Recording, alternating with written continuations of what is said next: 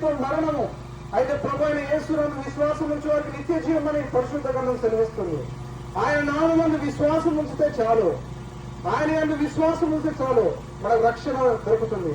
సూక్ష్మంలో మోక్షము. మనం ఏం మార్చుకొని అవసరం లేదు. మన హృదయాన్ని, మన మనసులో ఒక్కసారి ప్రభు తట్టు తిప్పితే చాలు, ఆయన మనం రక్షించుటకు సమర్థుడు, మన పాపను క్షమించుటకు సిద్ధమైన మనసు గలవాడు. కాబట్టి ఆయన యందు విశ్వాసం ఉంచితే మనకు రక్షణ.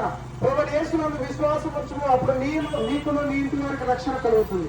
ఈ కొద్ది మాటలు మీరు విని ఆశీర్వాదం పొందాలని, మీరు కూడా రక్షించబడాలని మా యొక్క ఆశ. మీరు రక్షించబడకపోతే పాపంలో మరణిస్తే నరకం ఉంది కనుక ఆ నరకం పోవాలని దేవుని ఉద్దేశం కాదు.